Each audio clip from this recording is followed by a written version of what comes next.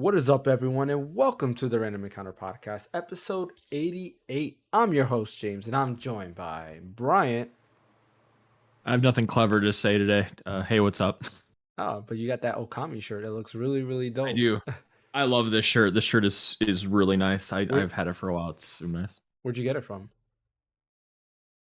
I want to say it was from what is it? It's not Fanatical because that's the gaming Fanatics. Is that what it's called? What's that website Yeah, I called? think it is Yeah, Fanatics. Yeah. yeah, I think Fanatics. so. Yeah, that's it. That's where I got it from. Yeah, and we're also joined by a returning member of the Random Encounter Podcast, Jesse. Long time no see. What's up, guys? Today we got quite a lot to talk about today because this week was pretty crazy. It was just like one thing after another. You're waking up and it's just news after news after news after news, and it was just a very crazy week. Honestly, after weeks of really having nothing to kind of talk about or little bits and pieces, we have something huge to talk about. We got so much to talk about. So before we get into those topics, don't forget to hit that like and subscribe button. We're sitting at 898 subscribers, so we're so close to that 1,000 goal. Just need 102 subscribers more to go. So definitely hit that subscribe button, share the channel, helps out a lot. As well as follow us on Twitch. We do simultaneously stream the podcast and all of our streams both on Twitch and YouTube. So let's go ahead and dive in. We will not be talking today about what we've been playing because there's so much to go through. So I'm gonna go ahead and start with the smaller bit of news. The first bit of news is Raynatis. So if everybody remembers that game, Raynatis, I believe that's how you pronounce it. It's a game that when we all first saw the trailer, I was doing the Nintendo Direct stream, and then I went and wanted to see what the Nintendo Direct in Japan was doing, and they showed off this game, and it looked a lot like Final Fantasy Versus 13.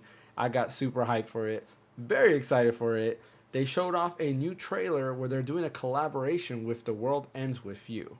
So it looks to have. I haven't played Neo: The World Ends With You, which is the second one. I haven't played it, but it looks like they're showing off one of the characters from that game is in this world, and there's a glimpse that looks like the main character of that game as well. So it is pretty cool.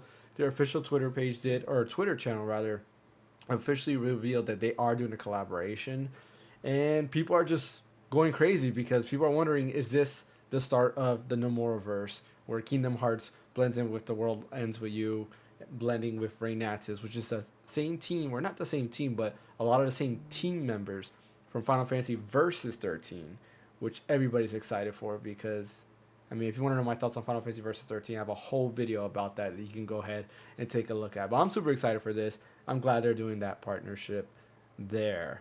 Are you guys going to pick up Raynatis when it comes out? Yeah, I think I'm going to, honestly. You know how I am. Yeah. Anything like that genre in general is just up my alley. Mm-hmm. What about you, Bryant? Is it Square Enix? It's not Square Enix. No. Who is it? I have no clue what the name of the company is that's publishing it, but a lot of the people there are ex Square Enix because they worked with Nomura on making Final Fantasy Versus 13 and some other Oh. games. Okay, yeah, absolutely. I'll be all over that. Yoko Shimomura is doing the composition for the music there, so you know it's gonna have a banger soundtrack. And like I said, a lot of the same people who were scenario writers for like Final Fantasy Versus 13 and so forth, 15 as well, because they use a lot of the same elements, are doing that game right there. And of course, Kingdom Hearts and basically anything Nomura put his hands on, it's those guys there. They did also announce a release date in the US, which is September 27th. And that's going to be on PlayStation, Nintendo Switch, PC. I don't think Xbox. If I remember correctly, I believe Xbox is out of the loop for that one. No, you're right. Xbox is out. Yeah, so I'm excited for that. Next bit of small news. Sega is looking to make Persona, Like a Dragon, and Sonic annual franchises. They kind of already started that because when you look at Like a Dragon, last year we had Like a Dragon Gaiden. This year we had Like a Dragon Infinite, what is it? Infinity Wealth or Infinite Wealth? Infinite Wealth. Infinite Wealth. Yeah. I want to say the year before that, didn't we have Like a Dragon, Ishin? Or Yeah, was it 2 years Ishin. before that? It was either a year No, or two. No, because it was Like a Dragon, then the following year, Mhm. Ishin, and then the Yeah, other and two. then Gaiden and then Infinite Wealth. So yeah, we're basically getting a Like a Dragon game every year. which makes sense because the franchise has become more popular in recent years, which is pretty awesome. Happy for it. It's a very fun franchise. Highly recommend it. They're just fun games. Two different genres too. There's turn-based, which is basically Yakuza Like a Dragon or Like a Dragon 7, and then you have Like a Dragon Infinite Wealth, which are turn-based, and then the Gaiden series, Ishin, and all the other Yakuza games are all going to be, or not all going to be, but they're all Shenmue clones, not clones, but like spiritual successors, because the game started off as a Shenmue spiritual successor, is made by a lot of the same people who worked on Shenmue. So you'll notice a lot of similarities there. But yeah, and Sonic, almost the same thing because we had Frontiers, then we had what Superstars last year. Superstars, and then now they announced the new game that came out not too long ago, or is coming out. Yeah, Sonic. Shoot, what's the name? Oh, Sonic not Rumble? Forces. No, what is it? Rumble. No, Yep. Rumble. Rumble. Yeah, which Yeah. looks pretty Rumble. fun. Like honestly, I'm digging it. It looks pretty fun. Looks wacky. I hope it's available like on all platforms, because then I think it can be a good like Fall Guys like competitor. Because Fall Oh, Guys yeah. kind of like dropped off after Epic owned them or bought them, but this could be a cool like Fall Guys like replacement. It looks very fun. And then Persona, I can see Persona happening if we have Persona 3 Reload this year. We didn't have anything. Tactica. We didn't have anything. Oh, we had Tactica last year, right? As in Yes. last year, beginning of this year. Yeah. So Tactica last year, Reload this year. Then if next year there's a rumor of Persona 4 Golden remake, Please. something like that, or if we Yeah, had like Persona Golden. 1 and 2 come back or anything like that, then yeah, I could see that happening.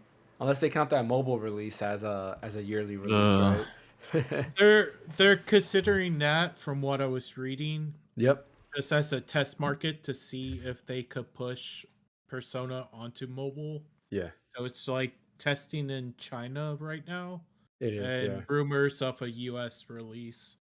Mm-hmm. What's up, Ash? Yes, Jesse is back.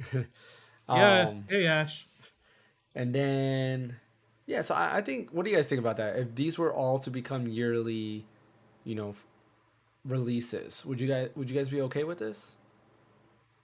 I mean, what's really what's really interesting about this is, this is going to kind of dovetail into the conversation we're going to have soon about certain certain studios. Unfortunate things happening to certain Yeah. studios that are kind of too big for, or rather, because of a company that's kind of too expanded or whatever. But what's really funny is you have Sega that are making these. I mean, with the exception of that Persona game, solely console single player, just great quality games, and they're selling like gangbusters. I mean, Yakuza has no business selling really as well as it does, just because it's just kind of such a niche thing. It's like an RPG that's like heavily Japan based and everything. And you have Persona, which again, super niche as far as like to the overall like mainstream. And then Sonic is mainstream as hell. But I mean, it's just, you have these three franchises that are just crazy successful, just doing amazing. I mean, as long as the quality keeps up, that's great. But I do worry that like if it's annualized, then it might start kind of having an effect where it's like, oh, here's another one of these, and it's just kind of going from like 9s and 10s to like 7s, and then we're kind of going to get into the situation where it's like, I don't know, but good news so far. I mean, think about it this way. It's really crazy to think about, like, Persona 4 Golden came out on Vita, what, 2010? 11. No, the Vita came out in 2011, was it? So, okay, we'll just say between like 2011 2013 Golden came out. That game was not available to play outside of Vita until like what, 3 or 4 years ago. Like, it took them so long to bring that to PC or whatever. And now it's like you have every game on every plat. I mean, Golden, you can play that on anything. You have portable, you can play that on anything. You have the 3 Reload remake. You have Persona 5 on every platform, and it's really incredible to think about like where the series was like 8 or 9 years ago, and now it's ubiquitous. Now you can play it everywhere. Persona 4 came out on my birthday. Persona 4 Golden, June 14, 2022. 2012, I mean. 2012. 2012. Okay, 2012. Yeah. Okay. Yeah. So, man, that's pretty awesome. No wonder I like that game. I just feel like with Persona, it might lose the touch, like if it's going to go yearly. Because if you think about it, Tactica wasn't really that great. It was fun, but I want them to kind of sit it on the back burner for a little bit and release, actual Persona 6. I I mean, guess I'm just yeah, I was I gonna say think I'm they can just get getting by. tired. Yeah, They I mean they with oh, remakes and sorry. stuff like that, they can definitely get by. And you can, in my opinion, from what we've seen, you can kind of say that Metamorphosis is Persona 6 because it's literally almost Persona 6 just in a different like era, right? Or a Yeah. different, not I won't say timeline, but a different atmosphere. It's not modern or anything like that. It's different, but it has the spirit of Persona. It is the Persona team making it, so it kind of is like if they do stuff like that and they still consider it Persona, then maybe Yeah, that's maybe it might true. work. But you see the other thing that like is kind of concerning, it just says Persona franchise and Hmm. not SMT. I mean the last SMT we got was Yeah, Apocalypse and that was God knows how long ago. you mean SMT 5? Apocalypse 4. Oh no, 5 did come out. Yeah. My bad. And let's say No, like we there's were. five, and then you have the what, director's cut or whatever it's called. Is it called director's cut? The new one that's coming out. Oh yeah, the that one. But like, Yeah, you know what I mean? They're focusing mostly on Persona and not it's it sells really. more. I mean, Yeah, I guess we don't have. Well, SMT is going to be on PC soon, so maybe we can see what sales numbers will look like. And I don't know how much it sold on Switch, but I mean, did any of you guys pick it up on Switch? Because I didn't. I picked it up. You did? How about you, Brian? Did you pick I up go, I SMT go. 5 on Switch? I did. I never played it, but I'll be buying it again on all the other stuff Yeah. now, and paying Uh, full price for it. yeah. Actually, SMT Vengeance. Yeah, that's a new one. Yeah, Vengeance. Or I just new one, think. I say. It's the director's cut, right? The Persona 4 Golden version of SMT, or the Persona 5 Yeah, Royale, version of SMT. So yeah, I mean, I think they can do by, like, I do worry about the quality because anything that becomes yearly tends to like go downhill, and we've seen like proven fact. If you look at Ubisoft, for example, they take a break from Assassin's Creed and they put out an Assassin's Creed game, and it does good. When Origins came out, there was like a 2 maybe 3 year break, and then Origins came and everybody loved Origins, and then you had Odyssey, and then everything started going back downhill because it started going back to those yearly um what's it called, those yearly releases. Call of Duty is another example that's like like people get it and they're just like kind of done with it. So I do worry for that stuff, and I would prefer that we don't get yearly releases, but that's on me. Like Sonic doesn't need a yearly release unless you're gonna say, hey, here's Sonic Adventure 1 remake and then Sonic Adventure 2 remake, and you count those as a yearly release, then yeah, sure, because you're re-releasing a game, better graphics and stuff like that. But I feel the quality of that will go downhill. Not only that, like Sonic Frontiers was kind of, I think it was a success, but there was mixed reviews on it because a lot of people were like, I kind of like it, but I kind of don't, kind of mixed yeah, things. So I think they kind of, what they really need to do is just make Sonic Adventure 3. Sonic Adventure was fun. Sonic Adventure 2 was fun. Go Sonic Adventure 3, right? Like Mario knows what it does good and never tries to completely reinvent the wheel, where Sonic is like Final Fantasy, always trying to reinvent itself for no reason. When people play Sonic for it to be like Sonic, you want to go fast, you want to be able to go through all these things, be able to find different paths and stuff like that. So it'll be interesting to see where Sega goes with this. I see Ash says I did. It was decent, which explains a lot on why Vengeance is already looking better. yeah. It like I said, it was great. The Hmm. only thing that hindered it was the Switch. You had like some frame drops, but that's Yeah, just the unfortunately, yeah, it's hardware. the Switch.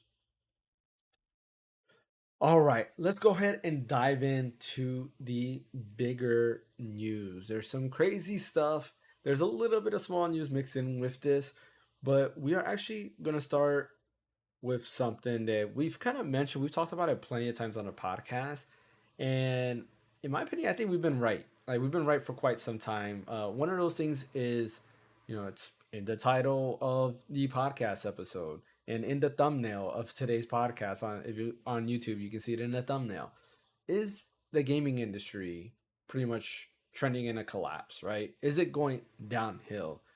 Because it seems to be that way, and a lot of people keep saying like, no, it's not that. Like, gaming is more popular than ever, blah blah blah, right? And in my opinion, it doesn't matter how popular it is. It doesn't mean that it can't trend downwards. And it seems to be going that way. And why I say that is because there's a lot of weird decisions being made, and they're not by gamers, right? Or they're not by people who love the art or love the form. It's more for execs to make a decision that catered to investors. And we've been seeing that a lot lately. Weird decisions, a lot of walkbacks, a lot of closures, and so forth that just doesn't make sense whatsoever. If you guys don't know what I'm talking about already, I'm talking about what happened with Xbox. Xbox announced that they have closed down 4 studios. One of them, one of them being Tango GameWorks, who worked on Hi-Fi Rush, Ghostwire Tokyo, was it Evil Within games, all those games there. Why they closed it down, who knows? Hi-Fi Rush won awards at the Game Awards and a bunch of other outlets. It was a great game. I played it. I enjoyed it. Very fun game. Did you beat it? People loved it. I didn't beat it. No, I didn't. Because when it came out, I was also playing. I'm trying to think. I want to say I was playing Fire Emblem Engage still. So it was one of those things that I hopped in and play and then stop, and then hop in and play and then stop. But yeah, there was a lot of stuff that it did well. It was good. It was fun. It felt like a Saturday morning like cartoon vibe. If you ever watched a Saturday morning cartoon from back in the 90s, right? If it had that vibe going for it, it was a very fun game. It's something you would watch on like Fox Kids or like WB Network.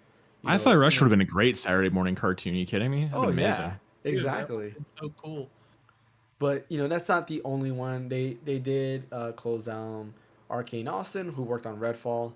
Redfall wasn't that great of a game. We tested it out. Me and Fan tested it out, and we had the weirdest glitch. Like we would boot up the game, and it will go across both of our monitors, and we just couldn't play it because it was like it was some weird glitch that was happening. Then we did play it, and then we put it on the hardest difficulty, and it was still super easy. So yeah, it had its issues, but it's one of those things like give them another chance, right? They had a cool concept. I was excited for Redfall, honestly, because it had a lot of great things going for it. It reminded me a lot of a kind of like Left 4 Dead, but more RPG-ish. And unfortunately, it was a flop. But it's one of those things that they could have done better. Maybe if they spent more time cooking. Microsoft was the one to rush it out, so it's kind of their fault for doing that. But yeah, they closed that down. They were the Prey studio too, I think, right? They did Prey. I think they did. Yeah, I believe they did Prey. The last Prey. Like the remake, not the original Prey, right. but like the I think they did the 2016 or 2017 was when it was released. Correct. Alpha Dog Games, who did Mighty Doom, which my son was actually obsessed with. If you really liked Mighty Doom, they closed that down and they're shutting down Mighty Doom. That was a mobile game. And let's see. And then a support studio called Roundhouse Games, which I don't exactly know what they worked on. But they closed all 4 of those studios. Didn't Roundhouse get folded into the Elder Scrolls Online folks? I think that's what I read. Oh, no. Fallout 76. Oh, yeah, they're the Fallout 76 crew. Yeah, it might have been... Well, it could have been both, maybe. Because I know they laid off with Fallout 76. It doesn't really matter, let's be honest. Yeah. Cause it's some Bethesda, MMO, whatever, Yeah. Yeah, and it's like... Fallout 76 being popular again because of the Fallout TV show, and then you go and let these people go. You're like, what? Like, what is going on? And it's just some weird, crazy stuff there. Sarah Bond was interviewed by Bloomberg. That was rough. And if you watch that interview, which I recommend watching it is horrible. Like the PR, I know a BSer when I see a BSer, and this is a BSer. Like if you blink your eyes at 1,000,000 miles per hour when you're trying to give an answer, you're lying. You are straight up lying and giving me BS. And that's what she did. She was blinking so fast and like coming up with things. I'm like, yeah, no, like don't do this. And IGN's Ryan McCaffrey had a pretty cool article on IGN there. And because he's a big Xbox guy like that, like he has the podcast Unlocked, I think, on IGN or whatever. Correct. Podcast Unlocked. A lot of cool stuff that he's talked about. And one thing he said is it's no longer Xbox, right? It's Microsoft that's in control. And it's almost like they're like, all right, Phil, you're done. You had your chance. Now it's my turn. And you can kind of see that because the CEO of Microsoft, who I can never say his name, he's been talking a lot more about Xbox. Yeah, Nutella something. Yeah. And he's just been talking a lot more about Xbox, and he's bringing it up more often and talking about it. And I don't like that. Like, you should let Xbox cook, let them do their own thing, but it doesn't seem we're getting that. So let me stop talking, pass it off to you guys. What do you guys think about this? Like, is this the beginning of the end of Xbox? Like, maybe the beginning of the end was actually years ago, but is this like the continuation, and is this the where we're seeing Microsoft turn into a third party studio, or maybe just giving up gaming in general? Like, what do you guys think about this whole situation? Honestly, with me, from looking at this, like they bit off a big apple when they started buying all the studios left and right throughout the years, and then just sat on them and what came of it. And then also they had that comment like years ago that they want to end up being the Netflix of gaming. Yeah. And you see that with Ultimate. Like you're not getting real numbers for these titles that just go exclusively to Ultimate. So it's not giving those developers the actual numbers. And I feel like Microsoft is just catering to stockholders and hey, this team came up with a game, but how many millions did it sell? It was on Game Pass day one. So those numbers, at the end of the day, those stockholders and everybody's not paying attention to those numbers. They're just wanting to see dollar signs. Yeah, agree. What about you, Brian? There's a lot to unpack. There's a lot to unpack when it comes to these job losses. And, first and foremost, the folks that lost their jobs because of this. I mean, you just think about the bonuses and how much money Microsoft spent on acquiring Activision and the fact that they're killing these creative studios. I mean, especially in the case of Tango Gameworks, they just released Hi-Fi Rush. It was crazy successful, both commercially and critically. And then they spent all this money on Activision Blizzard, and that they just put all of these resources into this game and or into that acquisition and all this money, and then they can't return the favor for studios that are actually producing something outside of Call of Duty. It just doesn't taste right. So or it doesn't taste right. So something I want to touch on is something you said a long time ago, James, that I kind of like I agreed with you to a certain extent, but I think I agree with you more now than I did back so I don't know, a couple months ago when we had a similar conversation where you were talking a lot about Nintendo and a lot about singing Nintendo's praises and just about how like they didn't cash in on the graphical aspect. They didn't go for ultra realism. They were just about making great games, whether or not they look fantastic or not. Yeah. And I mean, to their credit, I mean, you hear all these stories about, I mean, I'm sure there's some crunch with Nintendo as there was with everybody, but like you hear these stories about like the working environment when they made Mario Wonder and about like, and then you think of that one quote that one thing that happened a long time ago when I think it was the 3DS that was failing, or it might have been the Wii U when what's his name took that pay cut. Yeah. Iwata, yeah, when Iwata took the pay cut, like it's just such a different culture. Yeah. It was for the 3DS, yeah. It's just a whole different culture, and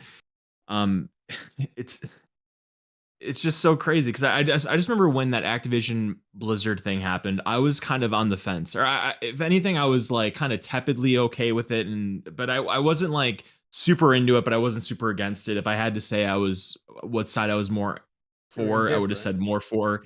Yeah. I was indifferent, but I would say if I had to flip a coin and land on one side, I was more for it because I thought that Activision Blizzard is a talented studio that's made some stuff besides Call of Duty, but overall that's their thing. But you figure if with the resources of Microsoft, the money of Microsoft, they could maybe expand and do a bunch of other different things. And then you start hearing these headlines about how they were approached to make Tony Hawk's Pro Skater 3 and 4 remake and all that kind of stuff, and they turned it down so like that team could go work on Call of Duty and stuff. And you just kind of hear little anecdotal stories about that. It's like these guys aren't interested in what the gamer is interested in. They're just interested in what they perceive the gamer is interested in. I don't know. I mean, obviously they don't know too much because I mean, outside of Call of Duty, what have they really been doing? So I really like what you said before, James, a couple months ago, just about how we really need to appreciate Nintendo and the fact that they're just churning out quality, and it's not about the graphics. It's just literally about games. And this kind of goes back to what you said in the beginning, James, about is the gaming industry kind of going like down the tubes or whatever in general. And I think that the sales make it so I don't think the gaming industry is going down the tubes. Like the sales are there. I mean, Yeah. the gaming sales are crazy high, right? Um, but at the same time, it's Sony and Nintendo that are really pushing that, and then you have Microsoft that's just kind of, oh, now they're putting Sea of Thieves on PlayStation 5, and it's like one of the biggest sellers. It's like, okay, that message is sent clear that Microsoft can start putting all of the software on other consoles and make oodles of money for nothing. And then, okay, you take away those games, then what is Xbox? Like, why do I have that Yeah. console sitting over there? It's like, Just for Lost Odyssey. you know, yeah, it's the Lost Odyssey. It's the Lost Odyssey box, right? Exactly. So, not good news for creativeness. Not good news for what we would want to see coming out of these studios. Which I'm sure I heard that they were pitching Hi-Fi Rush 2. That would have been awesome. Yeah. I loved Ghostwire Tokyo. I platinumed that. I thought it was a really cool game from Tango Gameworks. I started playing Evil Within the other day, and I got nightmares at night, so that was cool. So yeah, just real unfortunate news all the way around. Yeah.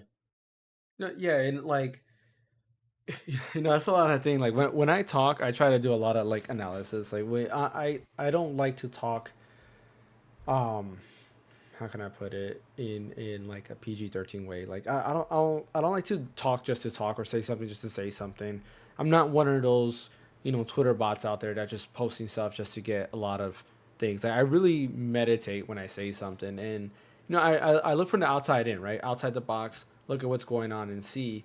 And there's a lot of thing on the business aspect of thing, because when it comes to business, it's something that I know very, very well. I know how businesses are run. I know how it's done. I know how money's being made, what's a loss, how you gain, right? And in the end, revenue is not everything, right? Revenue is the number that they give you to say, hey, we sold $10 million of something, right? It doesn't matter what it is, but we sold $10 million of something.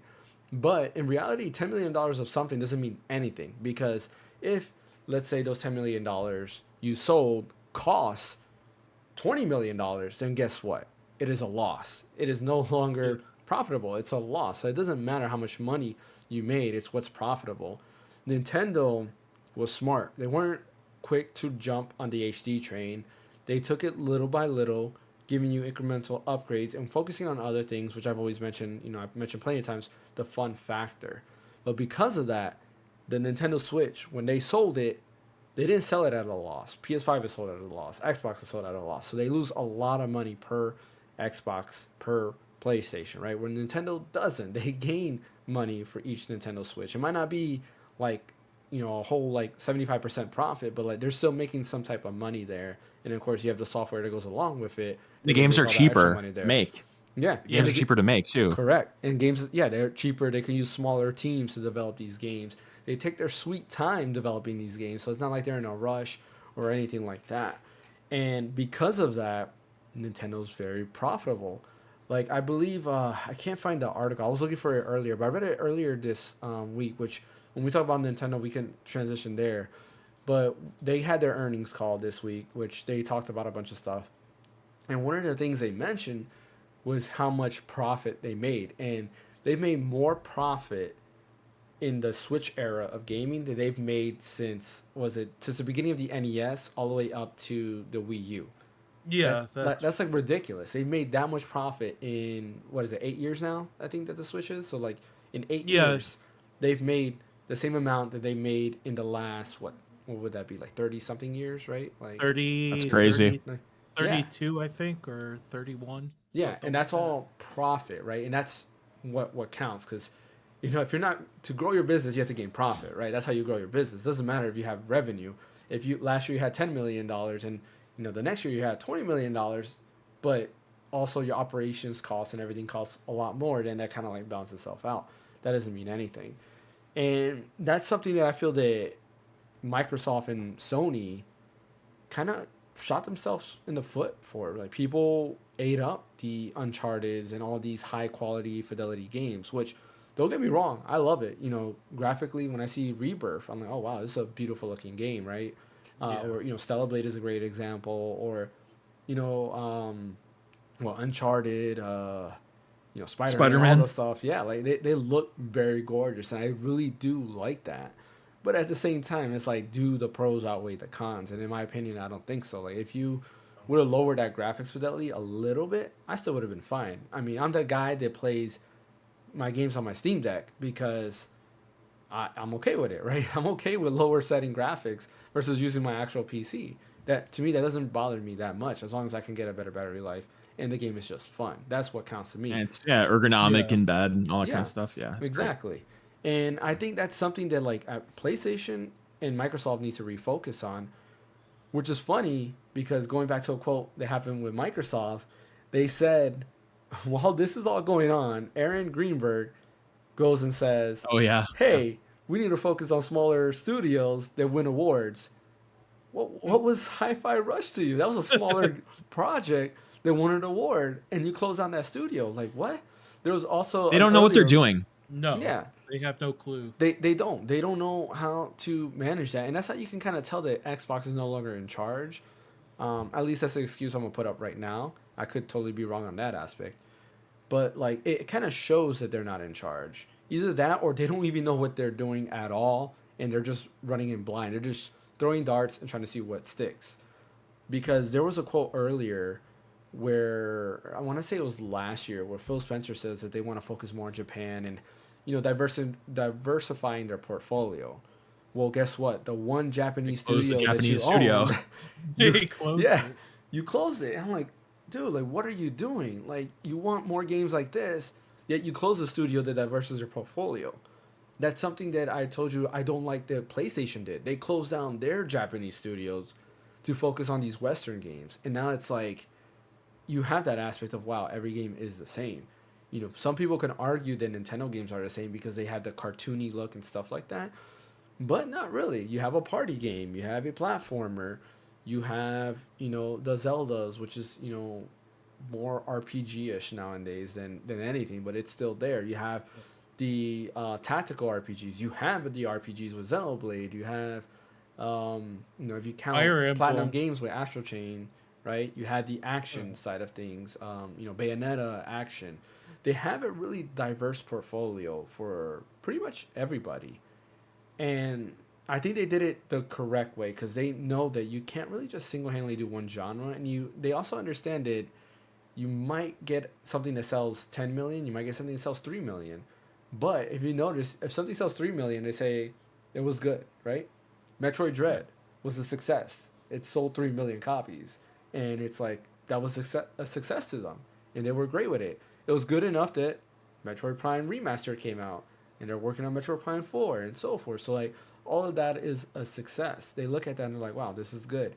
They understand that not every game is going to be Animal Crossing. It's not going to sell, 50 million or Breath of the Wild, where Breath of the Wild, for whatever reason, was outpacing Switch sales on the Switch console, right? I'm not talking about Wii U numbers, but just the Switch It was numbers. you. It was all you, Was James. that- You were buying all those extra copies. It was. I'm that Nintendo That man fanboy that had does that. I may have bought a stack of them. Yeah, exactly. Nah, I mean, I'll buy a stack of these, but like that's about it. Oh man, look, they're blurring out. Yeah, if that's Link. blurring it out. Yeah. Link's got some explicit hand gestures or something. Yeah, exactly. But I'll try to stop my rant here. It's a lot of things like that that, to me, I fear for Microsoft. I honestly think if anything, they're falling harder than Sega fell. Like, for everything that I can remember when it came to Sega, I think they're doing worse. Like, am I wrong on that? Do you guys feel that they're falling harder? Honestly, they are, because if you looked in like the last few months, like the Series X and Series S has been on sale multiple times. Yeah. Like you're watching it like basically get handed out. Yeah. Like my friend who lives in Germany, we were talking like the other week. He's like, I went into the store, bought a television, and a free gift was the Series X. Like they're just Ouch. handing it out like for that, and like boils down to it. I feel like they're just going to end up being what they wanted to be originally. The Software company. software company. I don't see them like making a new console and just focus on software, because they seen that profit with PlayStation sending over certain titles like Grounded and all that. I mean, Like, Xbox sending, or yeah, Xbox sending it to PlayStation. it's a PlayStation. and Nintendo. I feel I feel like that's going to be like the way. and Yeah. they may have like Game Pass Ultimate or something like that. Mhm. But I see like in the next 5 to 7 years that being on Sony or Nintendo or everywhere Yeah. for that matter. Yeah, and I mean, Sony is not safe from this rant either, right? But actually, before I get into that, Brian, any comments on that? Do you think that they're following the Sega way or going worse?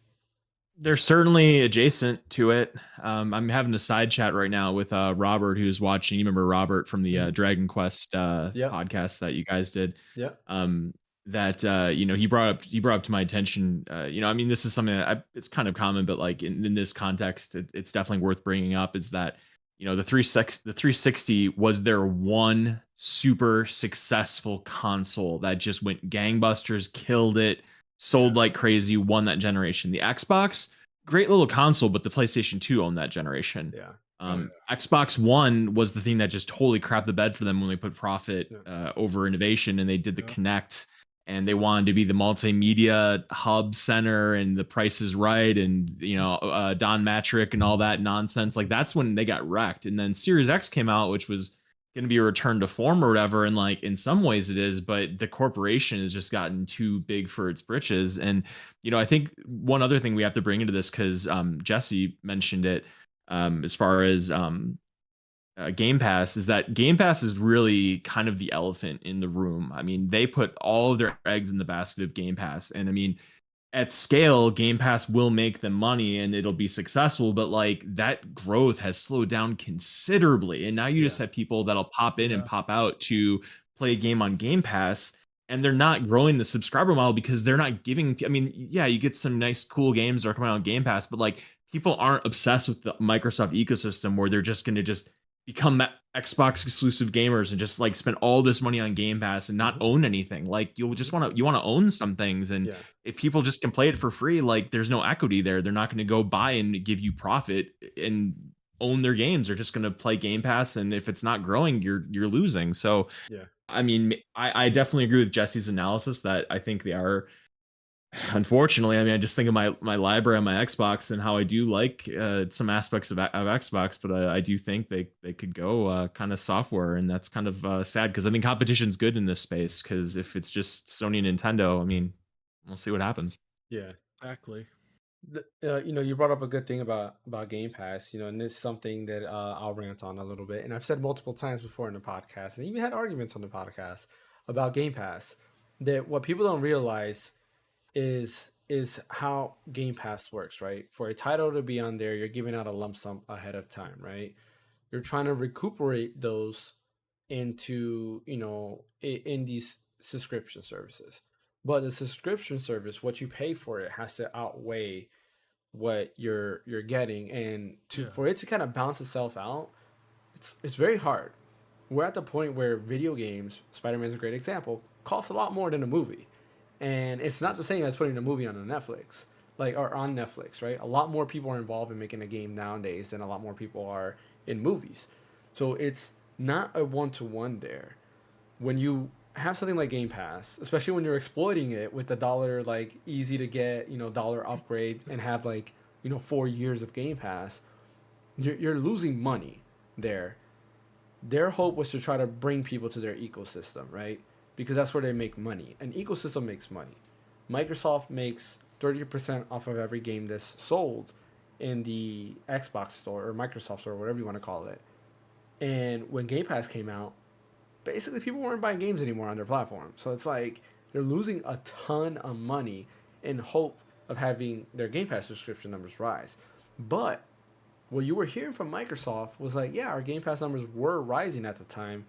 That doesn't equal our profit margins are rising, because you have to, pay for all the other things around it. You have to pay for servers now to play games on cloud because they're doing the cloud stuff and all that stuff. So there's a lot of things that are involved in Game Pass that I agree that I think actually Game Pass might be their undoing. It might be what's ruining them.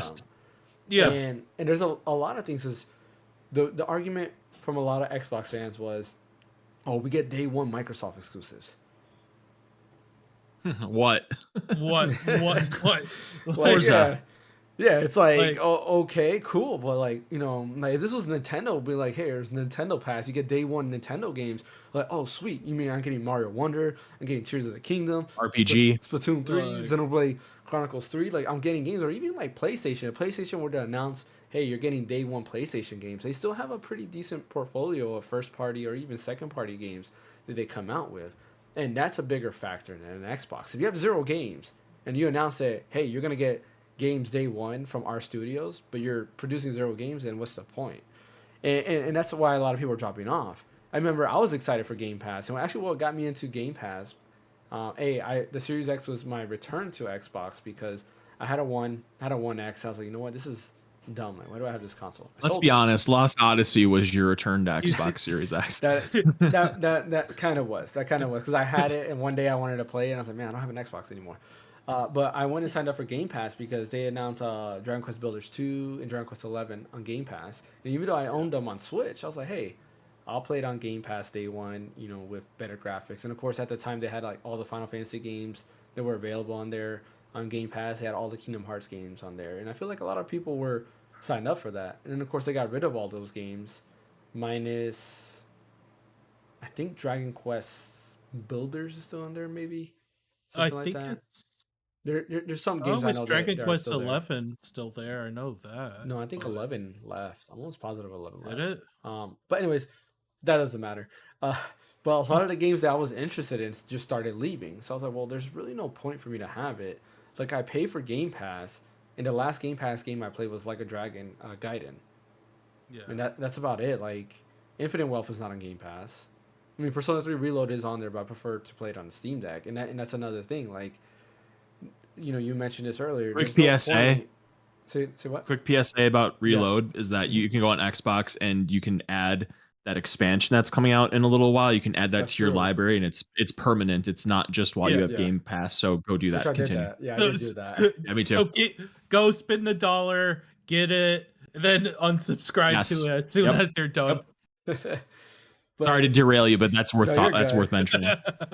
you're good. I'm ranting too much anyways. But like, going back, that's the number side of things to kind of gain an understanding of how these like businesses work, right? Like, again, revenue does not equal profit, which doesn't mean that they're making money on anything. Let's switch topics a little bit because Microsoft is not the only one doing stupid things. PlayStation is doing stupid things. Like, they announced Helldivers. Everybody was excited about Helldivers. Was blowing up. PC gamers were outweighing the PlayStation gamers. And then they're like, hey, guys, you need a PlayStation Network thing, which we talked about last week on the podcast. And they had to walk that back. And, Steam was delisting games in regions where there's no longer a PlayStation, where you can't get like a PlayStation Network account or anything like that. Well, guess what? Now Ghost of Tsushima is being delisted because it's the same thing. For the multiplayer part, you're required for a PlayStation Network, not the single player, but the multiplayer. And, Steam was like, yeah, no, these areas they can't get it, so remove it. Which I agree. I think that is a smart thing because the multiplayer is part of the game. But if you're saying that, hey, I'm not exactly sure how much, is it like $50 on Steam, right? Because I don't think it's full price. No, I think I it want to is full say price. 60. Yeah. Is it 60? Okay. Yeah, I think 'Cause it's full also the price. game. It's also the version that has like the DLC in it, so I'm sure it's 60. Okay. So actually, let me look it up before, I get Sony fanboys attacking me. Yeah, but I think it's full price. Yeah, it's 60. You're Yes, right. it has- So 60 It has bucks. the DLC. So imagine being in a country where you have to pay $60 or more, and you're like, oh yeah, by the way, like a quarter of the game is unplayable in your region, but you still gotta pay $60.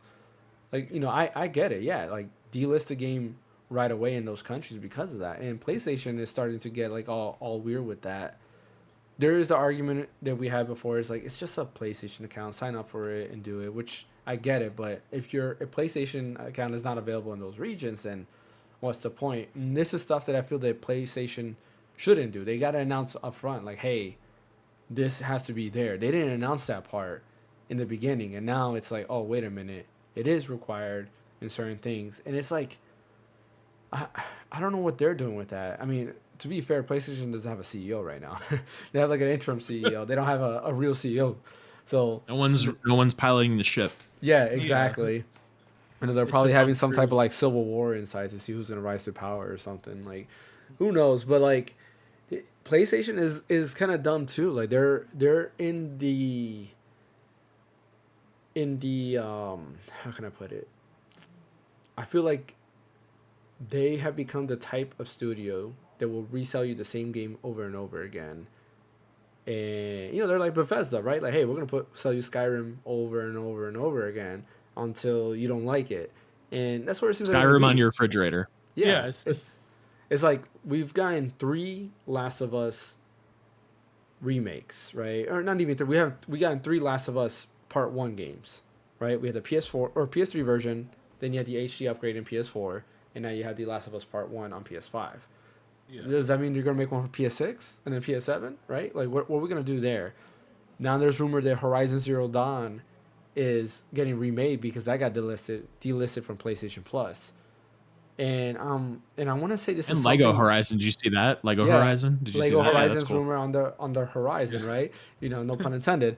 But like, it sounds like they're gonna bring a remake of Horizon Zero Dawn, and it's like, so is this Sony now? You just remake a game that's not even like, I don't think it's 10 years old, right? Like, it's It came definitely not out. It 10 came years out the old. same Yeah. day as what Oh, was Breath of the it? Wild. That Yeah.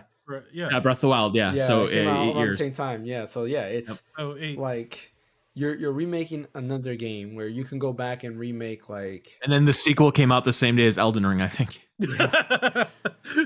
so Almost that means positive. something great is on the horizon. Like, what do we have coming out in May?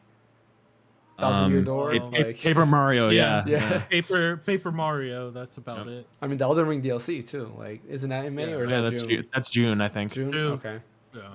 So they might announce because if June is the Sony or no, there rumors another state of play that's happening this month, and they might announce it. There. Nintendo's June though. Nintendo's gonna have a Yeah. direct in June. They said. Yeah. Correct. So yeah, like Sony is not getting a pass for this. They're kind of in the same boat. Not as bad as Microsoft, but they are still making weird decisions. And I mentioned this earlier. Them shutting down Japan studios was the biggest mistake I think that they could have done. Yeah. Like, it really Yeah, it killed their diversity right there. You're not gonna get no more like Parappa the Rappa, even though that hasn't existed forever. You're not gonna get a Parappa the Rappa, right? Or you're not gonna get a Gravity Rush or anything like that anymore. It's just kind of like They're doing Gravity Rush anime. I think that's pretty much it. they're releasing an that's- anime, which to be fair, it's probably gonna be pretty dope. Yeah, it might be cool. Yeah. Yeah, the Gravity it might Rush be world cool. is pretty cool. Mhm.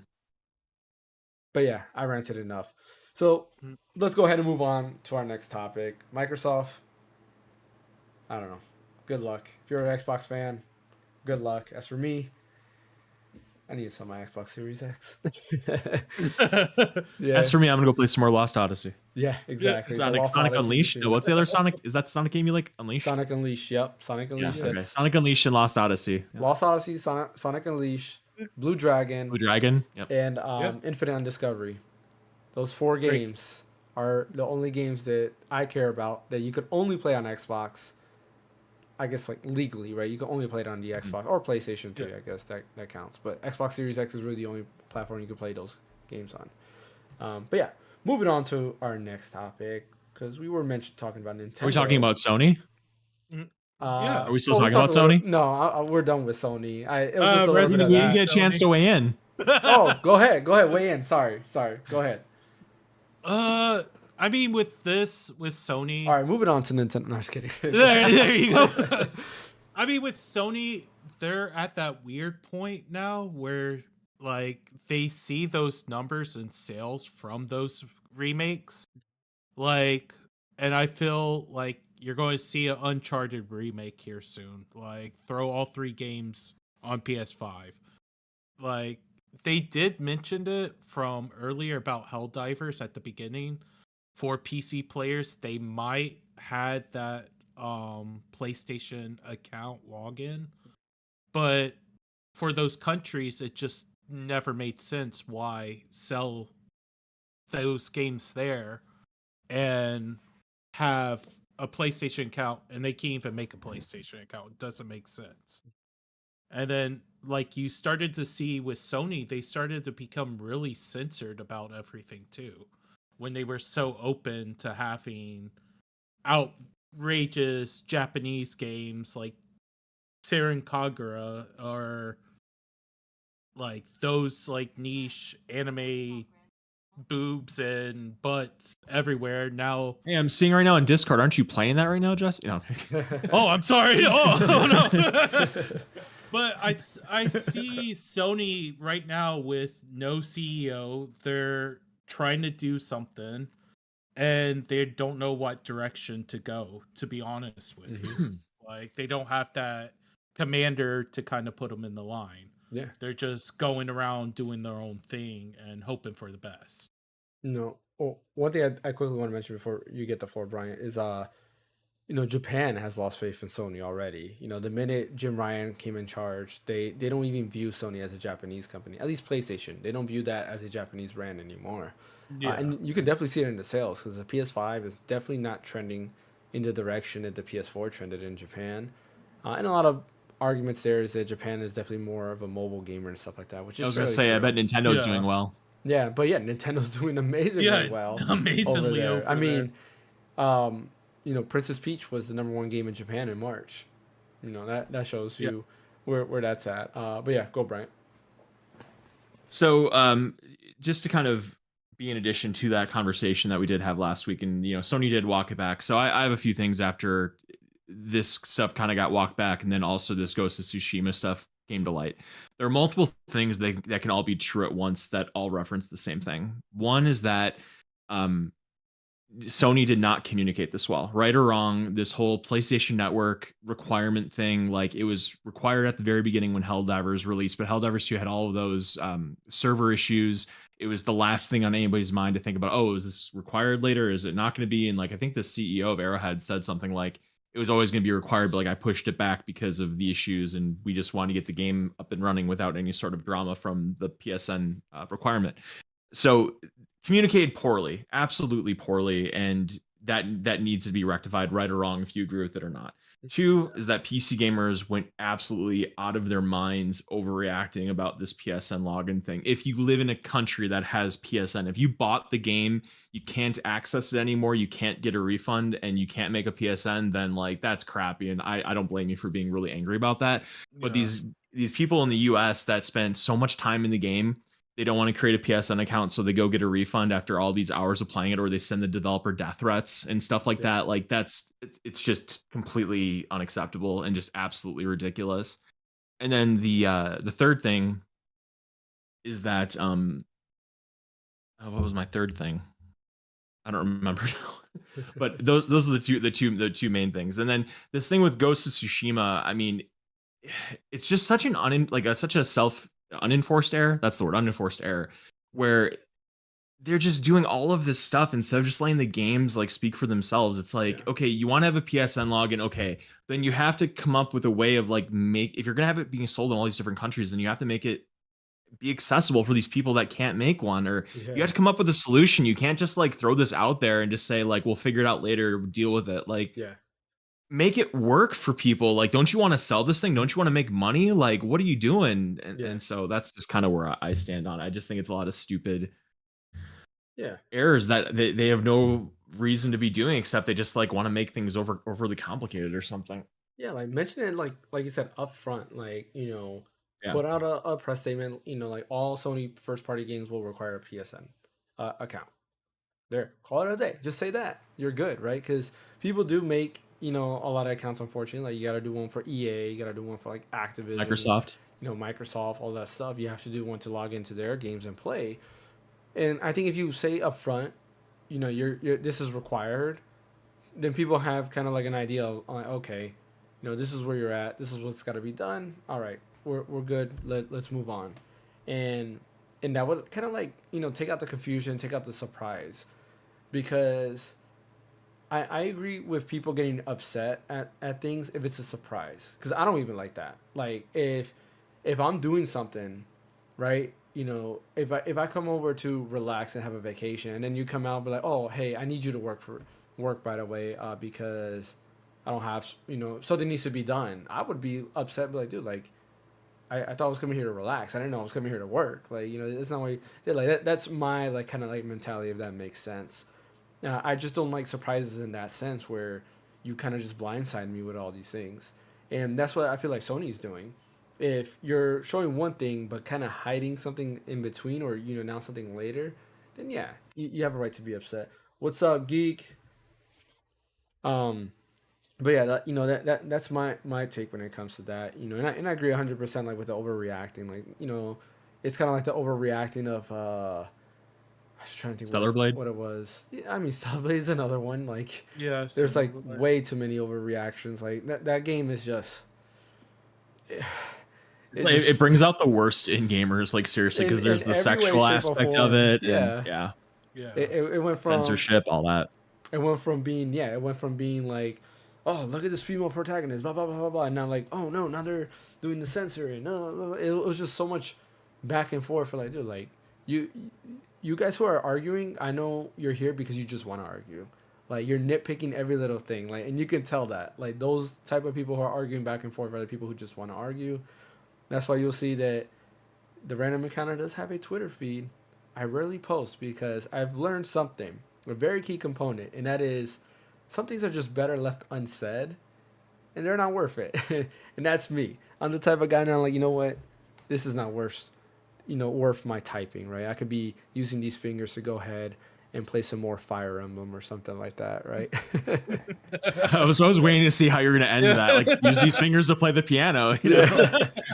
Yes, I could be using these fingers to play the piano on freaking Final Fantasy VII Rebirth. That sucks. I'm just kidding. I'm just kidding, so geek. bad. Don't come after me, geek. But the piano. Yeah, part we does only get suck. so much time on this planet. Like, we have between 50 to 75 years or more or whatever. And it's like, do you really want to spend your time arguing about the fabric cleavage in Eve's Mm-hmm. top in Stellar Blade? Like, no, let's just go play the game. Let's just do Yeah. things we enjoy. Let's talk about things we enjoy. Let's not create drama. Like, come on. Yeah, exactly. Yeah. That's how people are. It's People. It's just is what it is, sadly. It is. So, on that side note, let's transition to some positive news, and that is Nintendo. Oh man, they are killing it. They've been killing it ever since the Switch came out. It's crazy of how much of 180 they did from the Wii U to the Switch. Even though the Wii U has a special place in my heart, I really did enjoy the Wii U. Just, you know, there's a lot of fond memories I have of that system, and I do like a lot of components about it. You know, the downside is just the games, right? It was almost like how Xbox is, except Xbox is a lot worse, where they're not pulling out a lot of games in terms of the first party content there. But numbers came out crazy. Nintendo's very profitable. We mentioned earlier how the Switch has made more money profit wise than they have made since NES all the way up to, you know, Wii U, which is ridiculous. But nobody cares about that stuff, right? Because the biggest thing that everybody was excited about is he did it. Furukawa did it. He mentioned the words, which is the Switch successor is coming. It is coming. And the minute those words popped out of his mouth, everybody just went crazy. It was just nonstop people talking about it. And I don't know if people were just holding information or if everybody just started, you know, going into like these AI chat bots and asking, what can I post on Twitter about the new Switch? But a lot of stuff seems to be leaking and have come out about this. So I'm gonna read you a couple of the leaks here. Let me find the thing where I have this at. Where is it at? Ah, there we go. So this was according. A lot of people, you know, had posted this. I'm reading this from Okami13. He had wrote this. And basically, he writes, you know, rumor potential Nintendo Switch 2 specs via publicly accessible shipping log. So these are very rough estimates, but it places it between the PS4 Pro and the Xbox Series S in dock mode before DLSS. There was another post that said that, or it's actually in the same post. So let me go ahead and continue reading and not jump ahead of myself. So the specs, he's crediting Serif for this. 12 gigabytes of LPDDR5X RAM, 256 gigabytes of UFS 3.1 internal storage. UFS 3.1 is basically like an SD card, right? Or a micro SD card. So it's very fast storage. It's basically not as fast as like the Series S and X storage, but it's still very, very quick. Um, uh, 1536 CUDA cores, 48 tensor cores. The tensor cores are something that are in NVIDIA GPUs. So, Yeah. just for everybody, who doesn't know what tensor cores are, that's something that they put in their RTX GPUs. 12 RT cores, ray tracing cores that they have. Ampere architecture with features backported from Ada. I think it's pronounced Ada, or is it Ada? I think it's Ada. Ada, Um, I think. an 8X ARM A78C. So that's the CPU slash GPU that they're using there, because it is an ARM chip. So meaning the GPU is all integrated into the processor there. That's the type of processor they're using. Of course, it's made by NVIDIA as well. And they will have a file decompression engine, which is, I believe, I could be wrong on this, but I believe it's something similar to what I believe, what is it called? Kraken, which is what Sony has, which is basically like how they compress and decompress files. So you don't have like these giant size stuff, which is cool because like, Nintendo is known as making magic happen. I believe it was Breath of the Wild that everybody was surprised it was only like 6 gigs, which is Yeah. ridiculous. Like for a game that massive to be only 6 gigabytes, it's pretty crazy. A lot of the games that they have there are very, very like small amounts in terms of file sizes, but they're really huge games. Now, according to Neo, I don't know how to pronounce this, Neo Exxon. These are rough comparisons. In handheld mode, it'll be right above the PS4 before DLSS, and then docked between PS4 and Xbox Series S before DLSS with more modern hardware than the former. Um, the RAM will be slower than PS5 and Series S and X in speed, but more capacity than Series X and S. Should have, or I think than the Series S. I'm sorry. Should have 10.5 to 11 gigs of RAM available to games, going by the Switch One's RAM allotment for its OS. So they're assuming because the Switch One is RAM allotment for the OS was about a gig just for the OS, which is why it's so bare bones, right? There's basically nothing happening in the OS of the Switch. So that's why, it's doesn't take up that much. So they're assuming if Nintendo goes that route, which I hope they don't, but if they go that route, then they still would have 11, 10 to 11 gigs just for games to use, which is quite a lot. Just to put it into perspective, I believe on the Series S, which I think also has 12 gigs of RAM, I think 4 of those gigs are dedicated to the OS, to Xbox OS. So that's that's a huge difference there. Let's see. And then they go into like the storage, the UFS 3.1 speeds, 2.1 gigabits on the Switch versus the Series S and X has 2.4 gigs, which is not that big of a difference there. But yeah, the original source is from the Family boards, and then they were posted on Reset Era, where people were posting it on there. Now all these specs are talking about in terms of pure power, and not DLSS enabled. Which with DLSS you'll get way better performance, also better graphics fidelity and stuff like that. We've seen how AI upscaling or their upscaling techniques actually work pretty well. Not so much AI, but their upscaling techniques works very well. Xenoblade Chronicles 3 utilizes it. Tears of the Kingdom utilizes it. Splatoon 3 utilizes it. Switch Sports utilizes it. There's a lot of games that they have already that Nintendo built that utilize those techniques. They actually work pretty solid. So yeah, what do you guys think about this? I'm excited. We talked about this earlier. Like Mm-hmm. then that it is going to be a little beefier. I want to know what the actual name of this system is going to be. Mm-hmm. We joked about it. We were like, oh, it's going to be the Switch U or something like that. And then after those hardware leaks, there was also a lot of like, oh, the Joy Cons are going to be magnetic. Oh, it's going to have a microphone. Then somebody found that the panels are going to be Samsung panels again. Yeah, that's a thing I forgot to mention, but yeah. No OLED. Yeah, LED, Yeah. but it is what it is. We'll eventually get a Pro. We'll get the model. OLED upgrade later. Yeah, I we'll mean, get it. hopefully it has a like an ROG Ally quality screen and less Steam Deck like OG quality screen. Well, they're just for saying better. Well, they're saying from what the rumors is, it's one of the Samsung panels that they've been working on for a while. Yeah. So this one's supposed to look a little bit cleaner and crisper. So it might have a better color contrast than the original OG Switch. So hopefully that rumor is true. 9 out of 10 times. Sony or not Sony, Nintendo partners up with Samsung for Yeah. their panels. So What about you, Bryant?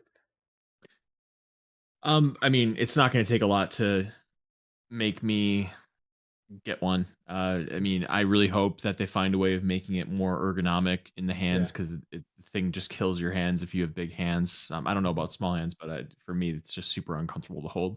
I got small hands, but it is also It's uncomfortable. uncomfortable for you too. Yeah. yeah, I got pretty Um, good hands, so how is it for you?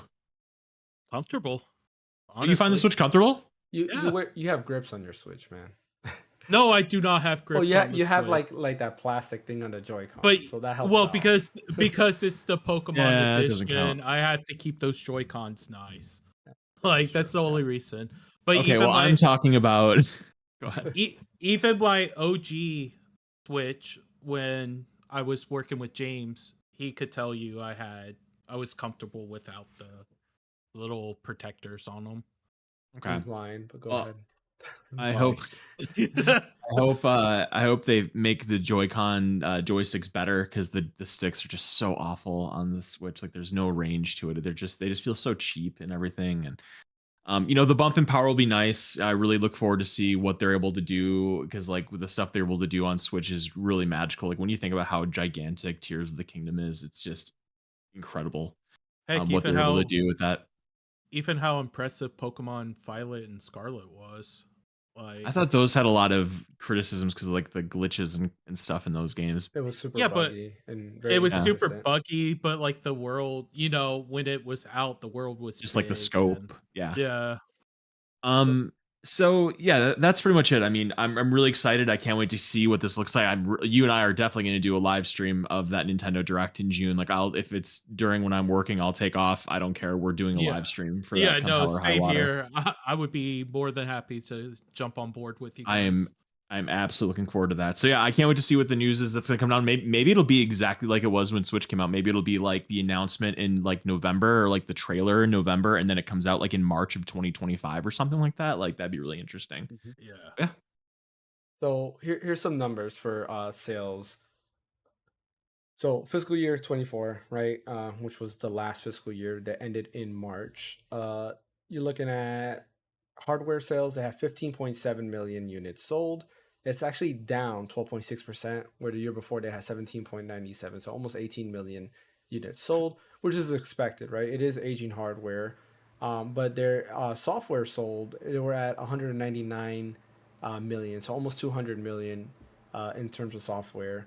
They're check this out. This is their top rated games in terms of sales for fiscal year 2024. Tears of the Kingdom, 20.61 million units. Super Mario Brothers Wonder, 13.44 million units. Mario Kart 8 Deluxe, still, that was like the launch, like a launch year game at 8.18 million units, which is still ridiculous. There's games that are coming out like now that can't even do that within a year. Nintendo Switch Sports, 3.51 million. They came out with 31 titles, 20 Nintendo titles and 11 titles by other software publishers. So those were all like exclusive titles that they came out with. So 20 titles in a year. I think that's more than any other company. I'm pretty sure Sony didn't do 20 titles last year. And yeah, about Xbox, yeah. But they're so in terms of like first party software sell through, right? So mentioned 9.5 million or 19.5 million, which was what they had their overall. That's just like sell through inventory. That's not like, that's in terms of like what has already sold. They're not including like what other like what's it called? Like retailers and stuff like that, they are buying it. This is just like what they have there. Super Mario Brothers Wonder, 12.4. Pikmin 4 at 3.3 million. Ooh. So Yeah, that's not bad. And Oh, that's actually not bad. They said Pikmin 4 was actually a success. yep. They had a thing, I want to say for their last quarterly financials, they showed how because of Pikmin 4, Pikmin 1 and 2 and 3 were selling higher, right? So it brought up the sales of Yeah. those, and it became Pikmin 4 like a pillar franchise. And part of their new strategy, which is something Sony should take a look at and that Microsoft should take a look at, is they want to revive their and look into their other franchises and bring them back, right? They did that with Metroid. They brought Metroid Dread, and then we have Metroid Prime. Pikmin is one. Um, I mean, you can kind of argue, well, not really Paper Mario because there was already a new Paper Mario. Super Mario RPG, I No. guess you can kind of argue about that. Like they You could brought, kind of argue with Fire Emblem too. I mean, not really, because that became a pillar in the 3DS era. well, 3DS and then Yeah. all of a sudden with the Switch, but back then it Hmm. was you could argue about it. Yeah.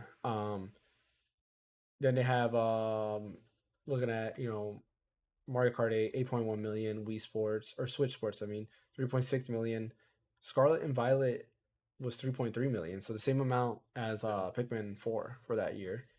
Animal Crossing 3 million, and then Smash Bros still selling at 3 million. And then let's see, there's some more numbers here. Oh yeah, I believe this was also the first time that Nintendo confirmed that digital is outselling physical, which is a Physical. sad time. But they at To least you. did confirm, Yeah.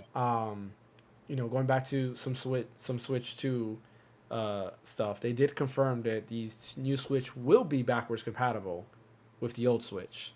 So Thank God. huge And plus. And both Nintendo accounts are going forward. They're not doing like for another like account system or whatever. correct. So both physical and digital will be backwards compatible, which is awesome. That's something that was rumored for the longest time, and he 100% said that. There was something else he confirmed. What was it? Shoot, man, it was just in my head, and I forgot because I forgot to write that in the notes there. Um, About the man, system. yeah. Yeah, there was Shoot, something. Just can't remember it off the top of my head. yeah. Dang it, can't About like a remember. capability with it. Yeah, I think it was the accessories, but I'm not 100% No, sure. I don't think he said about the accessories. Can't remember. Can't remember. Shoot, but the other thing that he did mention was that there won't be any new Switch this fiscal year, right? Which ends in March, meaning the Yeah. earliest that the game would or the new Switch will come out is in April. That can always change, right? They can do like a last minute change and put it out in March. Which my theory that a lot of you have heard me. I said this on the podcast that I do feel they're gonna try to replicate the Switch's launch in terms of probably around November, maybe December, we get a teaser like they did with the original Switch, a bigger keynote or presentation January, February, and then they try to release it in March, if not March, April. There are rumors saying that they're going for next holiday season. I don't see them waiting that long to bring out a new Switch. The rumors were that they were already set, but because of supply constraints, they had to go ahead and push it out a year. And I do believe those rumors. So I do think Yes. that we'll probably get it sometime next spring. That's my theory when it comes to that. But yeah, going on, they showed off like the titles that they have, which is Endless Ocean Luminous, which came out Ugh. already. Yeah, that came out. It looked pretty cool. I mean, honestly, like if it was Gotten bad cheaper, reviews. Oh, yeah, really? because I don't think there's like much to do in it. But the people that I know that played it, they actually enjoyed it. Um, Maybe on a sale or something like that. They don't know Paper what they're Mario, talking about. No, I'm kidding. Paper Mario Thousand Year Door comes out May 23rd, and then Luigi's Mansion 2 coming Wait for out. that for Paper Mario. I got that pre-ordered, good to go with the eShop vouchers. Um, Yeah, Luigi's Mansion 27th. Yep. I was gonna buy those vouchers to get because I've been wanting to get Bravely Default 2. I still haven't played it. I was gonna buy it in the Steam Deck, but I'm like, I Oh, don't know. I'm kind of like going back and forth. I Go ahead. also looked. I do have it. Oh, So nice. Um, let's see. The Nintendo Museum is opening up in fall, and I think that's pretty much everything that's kind of worthwhile in terms of like sales and financials. So yeah, they're still going up there. I do want to read a comment here. WoW Entrances says, "Hey James, yes, the game industry is trending down. AAA developers, to be more precise, Indie developers that don't owe their allegiance and profit to the big guys will be the future. 100% agree. Yep. Indie developers is where it's at. Yeah. The most fun I've had in quite some time outside of like Nintendo games was Sea of Stars. Indie development, The Messenger is another one. Amazing games. There's a lot more out there. I know was it Animal Well, I think it is. Everybody's Yep. talking about. Yeah. It's a Metroidvania. That's very popular. Hades 2 is very popular. I'm not into roguelike games, so fortunately I probably won't play Hades 2. Even though I do like shoot, what is it called? Dead Cells. I do like Dead Cells, but Mm. that's because in my mind it's still Castlevania, which they did a Castlevania DLC there. But 100% agree with you. Indie developers are the future, and I'm happy for them. There is what's that other game? There's Chained Echoes, which is a great RPG if you haven't played it. Highly recommend it. I tried it out in Game Pass, and then I stopped because I want to buy it on my Steam Deck. So I haven't bought it. I have to buy it. That's another great one. There is another one that I'm following. I can't remember the name of it. I followed it and I tried to wishlist it, but it's not available for wishlist. But it's another RPG that's coming out that looks really, really good. Yeah. That's one. Tunic is another indie game that looks great. I mean, To further name some say indie games. Yeah, go ahead. on what that commenter said, it's like before the stuff that just happened the other day with these closures, I was very much of the opinion like, hey, if you can get sold and make some money, like, or if you can get bought and make some money, like, yeah, sell your studio, like, you'll get taken care of on the back end. You're gonna get some budget and make some games. I am now 1,000% on against that train now. Like the only way I see you selling your company is if like you are literally on death's door as far as Yeah. like you're like a day away from bankruptcy, so you might as well sell and get some money out of it. Like, okay, fine. But like if you're a healthy company, like I don't know what Double Fine's books looked like before they got sold to Microsoft, but like I really hope that they were about to go bankrupt because I really worry about them and what's going to happen to the other companies that Microsoft has bought, like Double Fine. Yeah. It's funny because you mentioned that. Fun fact, something Nintendo related, which is crazy when you think about it, because they run their industry, or their business totally different. Um, Intelligent Systems, which you know from Fire Emblem, Paper Mario, Advance Wars, is not owned by Nintendo. Nintendo does not own them, but they utilize them to develop games for Nintendo. And I'm pretty sure there's some type of like cost, like savings there somehow. But they weren't the only one. I think recently they bought Luigi's Mansion's developer, Next Level Games. Yeah, They just yeah. Yeah. recently bought them there, but for the longest time they weren't a Nintendo studio. Monolith Soft is, I don't remember if they bought them out recently, but I know they were like They're second highly party. integrated into them. Yeah. Yeah. Yeah, They they're, integrated them. yeah, they're very second party. Bandai Namco, Nintendo owns nothing of Bandai Namco, but they just created their own studio that's dedicated to helping out Nintendo with their games. Yeah, because Like they did like Mario Kart with them. What else did Namco do with? Smash Did they do some Bros. Smash Brothers stuff? Yeah, Yeah. They did Smash and they did Pokken Tournament. Pokken Mm, Tournament, but they've done some like other stuff. Supposedly they were working on Metroid Prime 4, and then Yeah. Nintendo mm, decided to move Retro Studios mm. to do it. Yeah. But there's You some know other what stuff they though? have the credits to. Yeah, go ahead. Sony is kind of the same way. Like they only have purchased studios that like they have a working relationship with. Like Microsoft is the only company that's just like buying companies just for the Yeah. hell of it. And I feel like Yeah. Sony and Nintendo, when they do it, they're a lot more strategic. Yeah. Yeah, Exactly. I mean, they because they only started buying studios when Microsoft started buying studios. When you really look at it, because Blue Point was working with PlayStation for the longest, and then eventually they bought them Yep. out. Yeah. Insomniac too, right? Yep. Insomniac, yeah, they were just working with PlayStation because Insomniac made what's that game for Xbox? Sunset Overdrive, Yeah. right? Sunset. So, but they just had a close relationship. They had never owned them, but they eventually bought them. Uh, there was another one, the Returnal guys. They never owned them, but they bought them out as well. Oh, I can't think of their name. Next Housemark, Machina, Housemark. Yep. yeah, Yeah. Housemarque. Housemark. What else? Mm, there's some other people that they bought out, but like at the same time, they're almost in the same boat, right? They bought out what studio was it?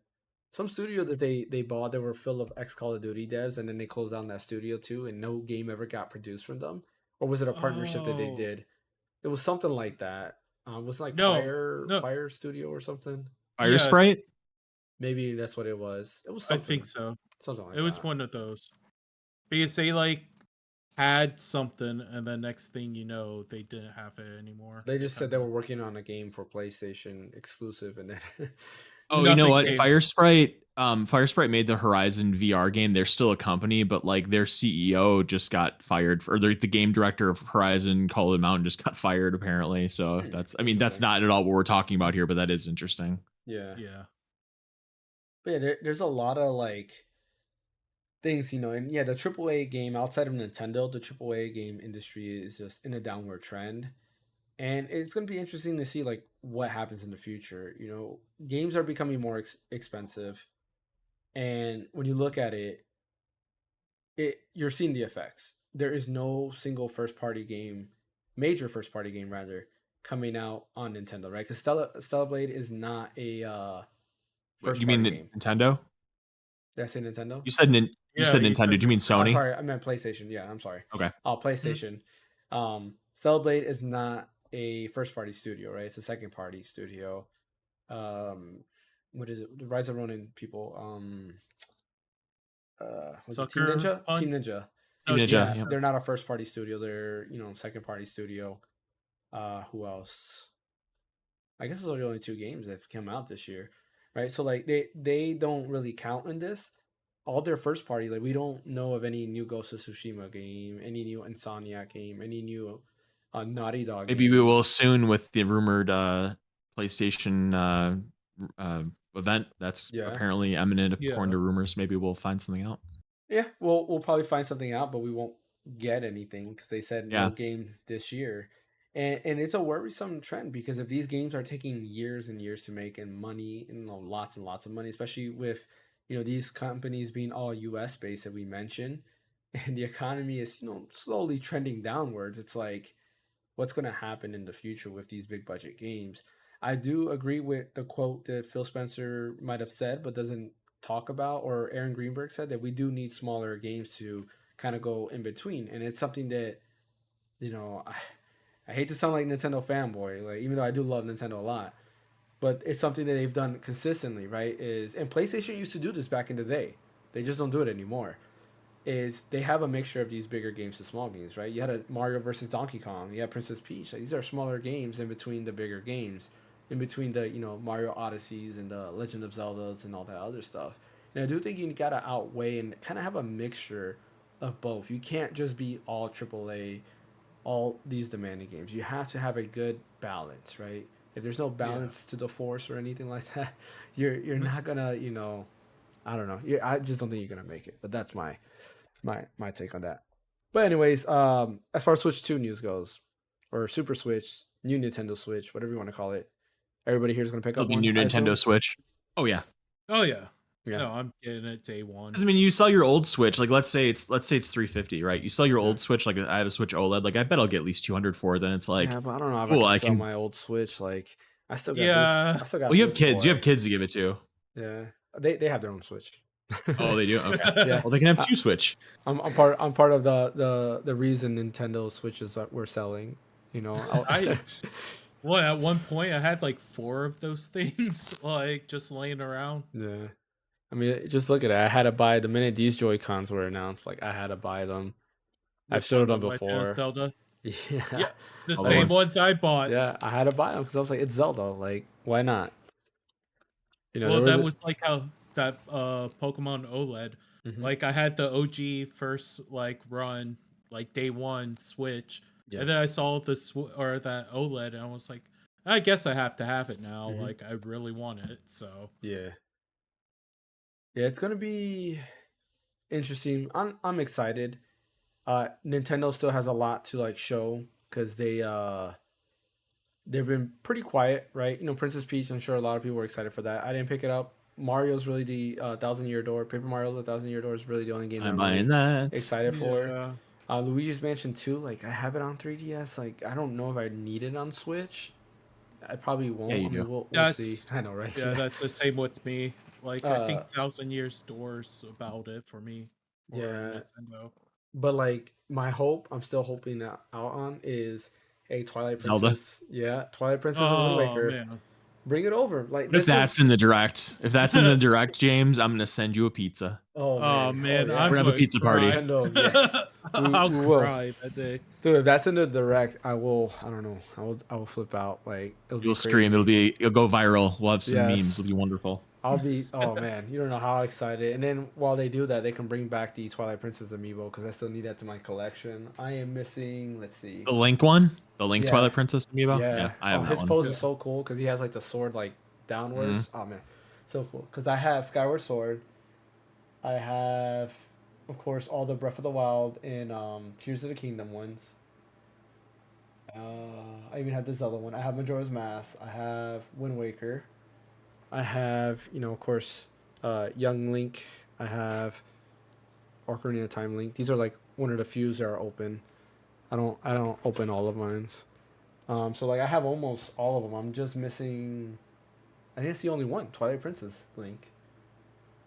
Oh, and 8-bit Link. If you guys 8-bit? remember. Oh, and the Link's Awakening Link amiibo. Did you get the? You said you don't have those, or you do have those? I don't have those. So I don't have Link's What? You don't have Awakening 8-bit amiibo. Link? I Are don't. you crazy? Yeah, I don't have 8-bit Link, and I don't have Twilight Princess. Those are the 3 links I'm missing. Did you get So, the 2-pack of? My birthday's Toon coming Link? up. If you wanna, send one my way? No, that's it. I have the 2-pack Toon Link and Toon Link and Zelda. Yeah, I got that when Target had their restock of those. Yeah. Yeah, no, my wife knows that every time there's a amiibo restock, I'm like, babe, can I get this? Can I get this? Like, it's always that. Like, I still need for my Xenoblade collection. I still need Shulk. I'm still missing Shulk. I have Pyro Way into Mythra. James' heart is through amiibo. Hey, I take donations. Just send them my way. Happily add it to my collection. I need a new Marth. You'll find a room. You need Marth. Yeah, I need a new Marth. I have Mega Man Marth. See, he's missing an arm. Oh, So- okay. Did the dog eat it or something? No, my son broke it. Did you get too Well, excited my- playing with it? Like, were you trying to like do a battle and you broke it or something like that? No, Like, I'll show you Mega Man and you broke it. My oldest, when he was little, he went because I used to display him like on my dresser, and I have both of these. So yeah, he went and decided to have these two fight each other, and and then he broke this one. I was like, no, Your son. Whoa. Your son. Yeah. I have the little Star Fox too, But yeah, Switch 2. I'm definitely excited for. I hope for some Zelda news because we need some more Zelda. Hopefully, with the specs of the Switch 2, we get like games like Kingdom Hearts rightfully on there, not no cloud stuff. And the people that bought it on cloud get a free upgrade to the real downloadable version. Did you buy it on cloud? No, Oh, okay, I was about to I say. didn't buy anything on cloud. You're not lying, are you? Like I don't know. I mean, No. Oh wait, I do have the cloud version of Kingdom Hearts. You mean like the No. demo? Like No, I bought it Mhm. being stupid. It's Kingdom Hearts. It's hard to not want to just own all Kingdom Hearts. Yeah, and Ability to it- play it. I want it because I would- like for me, I've told you guys like if I kept the ROG Ally, I would have bought Kingdom Hearts on Epic Games Store, but I didn't. And it's like I was playing the PS2 version of Kingdom Hearts 2 because I've been wanting to replay it so bad. I especially want to play Kingdom Hearts 3 again. I just don't feel like playing it on PS5. I want to play it on either Steam Deck or Switch would On be the Epic nice. Game Store. Yeah, no Epic Game Store. But like, it's like if Nintendo or Square Enix rather were to put it on the Switch, day one, buy. Like I would buy it in a heartbeat, so I can play it on there. And yeah, and I mean, there's no reason for it not to be on the Switch. Like you cannot tell me that Kingdom Hearts 1.5 and 2.5 can't run on the Switch. I'm sure Kingdom Hearts 3 can run on the Switch if you lower graphical settings. Like they're just being lazy at this point. Yeah. Which is where the industry kind of is. They're kind of lazy right now. No, I let just me rephrase asked, that. They're not lazy. The developers are not lazy. It's the corporate bosses and entities are making it Yeah. that way, right? Making it seem that way, if that makes sense. They're the lazy ones. They don't want the hard work to happen, so they're like, no, you just No. put it out in 5 minutes, microwave this game, and then just put it on there. All right, yeah, go ahead, Brian. I was gonna, is this pretty much all the major news topics we're talking about today? Yep, we are. Okay, because I was 100%. gonna say I can't believe that is it because fans not here that we're not, you don't want to spoil the announcement of your beloved Asus ROG Ally X. Like I'm shocked we're not I talking about completely that forgot announcement about today. that. Actually, that was I was I was telling Jesse earlier. It's like there's some more news I completely forgot to add on, but like whatever. But yeah, the Rock Ally X was announced. Spec wise, there was I think I even saved that tweet too, which is funny. I think I had Same that on screen, here. more RAM, Yeah. black, better battery. Let me find Um, that. didn't they do something with the joysticks I, too? I think there's upgraded joysticks. I'm not Yeah. 100% I sure. Yeah, I didn't save it. I thought I did. Apparently, yeah, they're upgraded joysticks as well. Mhm. Upgraded ergonomics, a bigger Mhm. battery. Did you say bigger battery Yep, I already? did say that. Yep. Okay. Yep. Yeah, there's The Verge. I think is the one that had like a thing. Let me see if I can find it here. Yeah, James is like James right now. Like he's just like his hand is on his credit card. It's just like trembling, waiting to be used to buy the. I'm not buying a ROG Ally 2. No, I got some other stuff that I gotta get. Like that new Ambernick RG35 XXSP. I was looking at that actually. That's pretty cool. Yeah, But same here. yeah. Yeah, like that's probably gonna be. I don't know if they have a price yet, but that's probably gonna be like $50 or something. Are those any good? That the Abernick stuff? It's so cheap. It's Mhm. any good? Yeah, they're actually Yeah. really good. They're one of the highly rated ones. Okay. Yeah, they're actually. I forgot to mention that the same day that they announced the layoffs, Microsoft pulled out the Fuel the Burn with the Oh yeah, the fiery Xbox controller. controller. Yeah. Mm, Like, bro, that's awful. Microsoft. This is how you know that like the head is not talking to the Tone hand or deaf. whatever that thing No. is. Like, it's they One hand isn't talking to the other. Yeah. yeah, they are very I don't know, Microsoft. Hire me. I'll help you out. No, don't hire me. You'll I set him won't. straight. Lost Odyssey theme every day until. Hey, I guarantee you, I will say new Lost Odyssey HD remake exclusive on Xbox. Bam, your consoles will sell. Easy as that. There you go. Then I become No CEO. PC port, James. No what? No PC port? No No, PC port. Yeah. no, because if they're Why gonna not? hire me, it's to make money for them. So then they'll get that. Oh, okay. And then I then thought you'd be selfish. no, and then I'll ask. Then I'll buy out the Xbox brand from Microsoft, and then we'll call it like the Okay. James Xbox. There you go. Over time, then we'll change it, and then it will just be the RPG machine. We'll have Final Fantasy X, the remake, right? Final Fantasy VII, with remake graphics, but it's the original story and it's turn based. That'd be interesting. Yeah. Yeah, I'll hire all these like modders and all that stuff. Man, I can't find it. I know. The Verge. I believe they had a whole thing on it. And oh yeah, here it is. Of course, the minute I say that, it pops up. So it's not called the ROG Ally 2. So it's still gonna have 120 hertz VRR screen. Yeah, it's called the ROG Ally X. It's more like a slight upgrade. It's like the Steam Deck OLED, kind of like just a little spec bump, a little bit. Just worse. Well, rumor has it's gonna have more RAM. Right, So more RAM, better yeah. battery amp. Yeah, and better battery. So like, I guess 32 gigs of RAM. I mean, I don't know how much you would add it. I guess they didn't really mention a lot. Yeah, because they don't really mention like concrete like evidence. Yeah, there's not a much. Oh, they didn't say anything. Like they said something about how like the micro SD card is going to be the exact same because they determined that overheating wasn't the cause of the micro SD cards dying. It's like Yeah, something else. So they're not changing that apparently. So I found that really interesting. Yeah, that's a little silly. yeah. It looks like the SD card slot would just be in a different area though.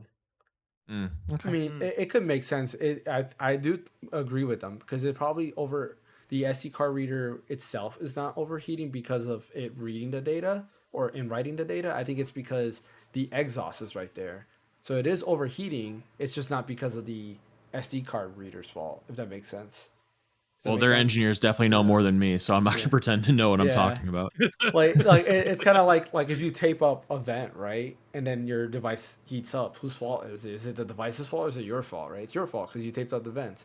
I think in this sense, it's still their fault because they put the SD card reader at the exhaust, So all that hot air is going to where the SD card is, which still gets hot because it's reading and writing data. It just, it overheats because of that heat from the like CPU and stuff like that. Yeah. Hopefully that makes sense. No, it makes sense. But yeah, that's really it. Like the announcement was for an announcement that they're gonna have on June, was it 2nd? I think. Yeah, June 2nd.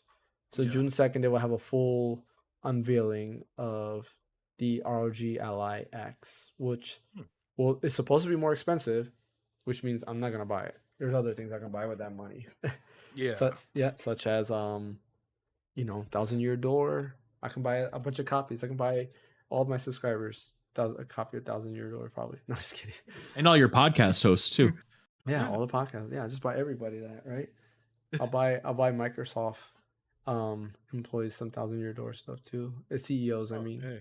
So Show they them can how learn to make a real game. Yeah. So look, if you follow Nintendo, you'll win. And it's funny how like after all this, Microsoft gaming is still trending. Not in a positive way. Not in No, a no. positive way. Yeah. Oh, did you see the review bombs for Hi-Fi Rush? Mm-hmm. Well, the opposite of a review bomb, like it's like all positive now. Yeah. Yeah. Yeah, man. Yeah. Good for them. Yeah. Microsoft.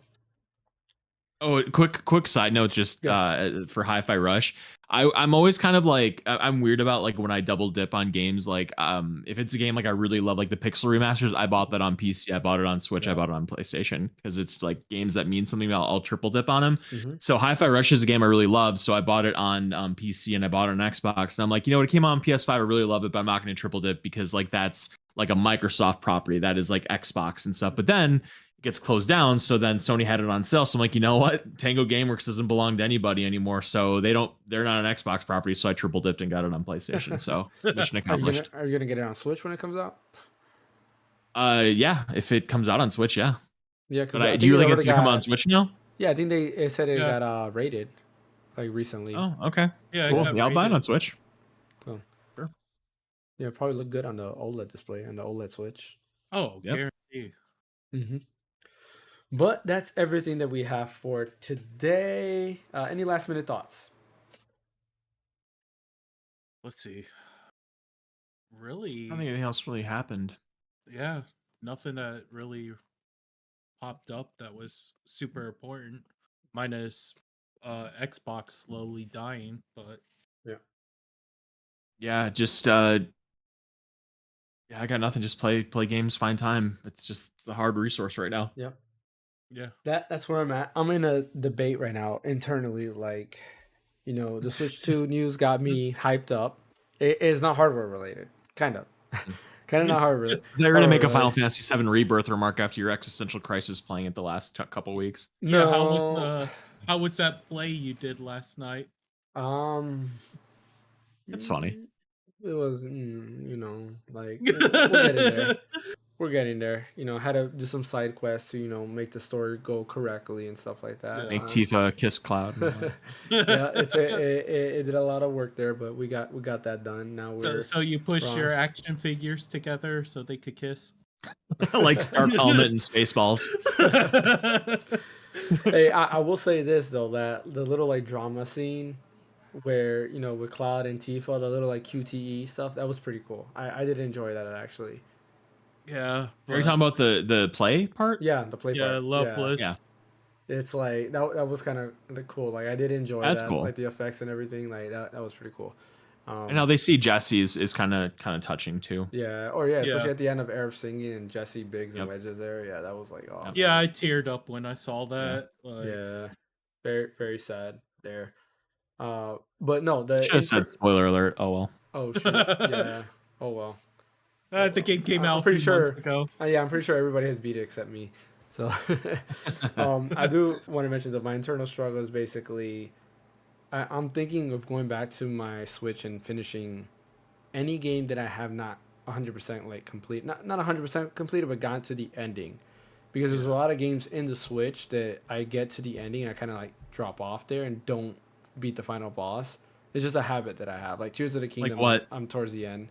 I haven't been Ganondorf. I'm just at the end, and I'm like doing other stuff. Astral Chain Dude, is that was another like your one. game too. Mhm. Tears of the Kingdom was like your game. You haven't finished it. Yeah. That's crazy. I get like that. Like Final Fantasy 9 for the longest time when I was a kid, I did not get to the ending, and then one day I was just like, you know what, I was at the end, I just didn't beat it, and then one day I was just like, let me just go ahead and beat it. It's an old habit that I have as a kid. It's like right when I get to the last part to beat the final boss, like all right, next game. You don't want the good times to end. That's all. That's exactly right. You know, if the credits don't roll, the game doesn't end. But I was thinking of going back. Like Astral Chain is one of them down towards the end, which is a really good game. If you've never played Astral Chain, highly recommend it. Have you played Astral Chain, Brian? I have the only, I like it, but the only thing I don't like about it is like the combat's kind of hands off a little bit. Like it's kind of like you just kind of watch the dogs fight or whatever. But it looks beautiful. It's cool looking. It's got a nice aesthetic. But I'll get back to it one of these days, I'm sure. Yeah, I do want to finish that. Fire Emblem Engage, I gotta finish. I am. Oh my God, you didn't finish that either? No, I'm like 2 or 3 chapters away from the end. I'm just doing like all the side content, and that's another thing. Like I get sidetracked from the side stuff. So like I was doing like all this stuff to get like all the other emblems abilities and max out their stuff. Did you finish 3 houses? Yeah, I finished 3 houses. Okay. Shoot, Tears of the Kingdom's another one. Which Tears of the Kingdom, I mean, I could just jump in, beat it, and then I'm done. There's some other ones. Brilliant Diamond. I haven't been that. Like I'm at the Elite Four. I just haven't been it. Scarlet and Violet. I'm at the Elite Four. I just another one I haven't been. Arceus. RC. Yeah. I'm at the end of that. I have to beat what's his name, Volvo, whatever. Volvo or and he's a pain. It's just I can't. I beat his Giratina, and then you have to fight him with like the dark Giratina, and he just like destroys me there. Which Brian, you haven't played Arceus yet, right? No, but I really want to be my next Pokemon game after hearing your recommendations. I highly recommend it. I would recommend it. You recommend it too? Cool. Good. Yes, it is an amazing. It's an amazing game. It feels like an RPG, right? Like Pokemon's always been an RPG, but this feels like a. It was my first RPG in 1998. Yeah. Well, this feels like an RPG, right? Like a game that has the story is actually really well written, like character development, everything. It's you actually like the characters and stuff like that. So it's pretty cool. The world and everything, it grows with you. But yeah, it's an internal debate. I'm thinking of going back to. Luigi's Mansion 3 is another one that I haven't finished. Oh, I finished that. Which I really like. Like Luigi's Mansion 3 was very fun. There's some other games that I have. Like I have to look through it. Octopath Traveler 1 I haven't finished. And I probably won't finish that actually. Yeah, it kind of dies midway, so it's not worth it. Yeah, but that's an internal thing I'm thinking of debate. Like I'm debating on doing. It's like I still got Star Ocean, the Second Story R to beat on the Steam Deck and a bunch of other games. But I was like, maybe I finish all these Switch games first, and then when the Switch 2 comes out, I'm ready. But we'll see. Well, like 3/4 done with Stellar Blade. I think I'm really hoping to get that done sometime this week or next weekend. Yeah. Like I really love it a lot, but I'm getting close to the end, I think. Yeah. Just so much to do, so little time. Yep. Well, that's why I went back and started my back catalog on Switch. Like I'm playing 3 houses again, restarted Engage. Like I just want to finish those old titles before new hardware comes out. Yeah. No wonder you're on the podcast today, Jesse. You and James are just Fire Emblem buddies, aren't you? He's the one that got me back into the series, to be honest. Okay, cool. Great series. But that's all the time we have for today. Thanks everybody for watching. As always, don't forget to hit that like and subscribe button. We're actually sitting now at 896. We lost 2 subscribers during the podcast. I'm sorry, James. I just couldn't take it anymore. Dang. I guess we lost Phil Spencer and Sarah Bond to this podcast. So, you know. But as always, RIP. Don't forget to hit that like and subscribe button. Trying to hit 1,000 subscribers. We're close. 104 subscribers to go. Definitely check out my latest video. Do have a video on 2 Citra forks you should definitely keep an eye out on. I think they're the best Citra replacements to go with, so definitely take a look at that video. I will have a video up this week, and of course we'll be back with some streaming of Stranger of Paradise, and of course Final Fantasy VII Rebirth on. You guys need to finish Friday.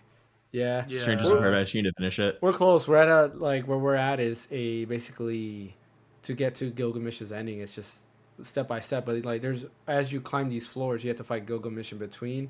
And I'm not sure if you watched the last stream, but we kept dying over and over again. Oh man, it was pretty bad. Rough. Mm-hmm. Yeah. It looked rough. Yeah, it was tough, but eventually we got the like dynamic down and we got the teamwork down, and we beat it. Which is the same thing we did with Bahamut. Like every time we get a hard boss like that, I mean it's good. It makes it more fun because we blew like the story was no problem. Like we did not fail once. But then when the DLC came, we were failing to Bahamut like constantly and so forth. So yeah, we will be back with that. Hopefully finish it very soon, and then of course I'll be finishing Rebirth hopefully within the next few weeks. Brian, where can I catch you at? I am at red_so_deep on Twitter. I just started actually streaming on Twitch, so you can follow me there. Same thing, red_so_deep. I've been streaming some Stellar Blade stuff that I'm doing. Nothing with cam or anything. I don't know how to do all that, but maybe one day I will.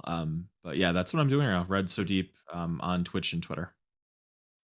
What about you, Jesse? Nowhere at the current moment. You know me. I got a card shop I'm running, so that's pretty much it. Does he get can he name drop here? Yes, Yeah. Cerulean cards. There you go. You can find him at Cerulean Cards. Not Cerulean City, but Cerulean Cards. Yeah, because that was copyrighted. And as always, you can find me here, right here at the Random Encounter, where I'm going towards that goal, 1,000. 1,000's there. Goals, hopefully by my birthday, I can hit that number 1,000. So, as always, thanks for watching. Like, subscribe. Catch you guys next time. Peace.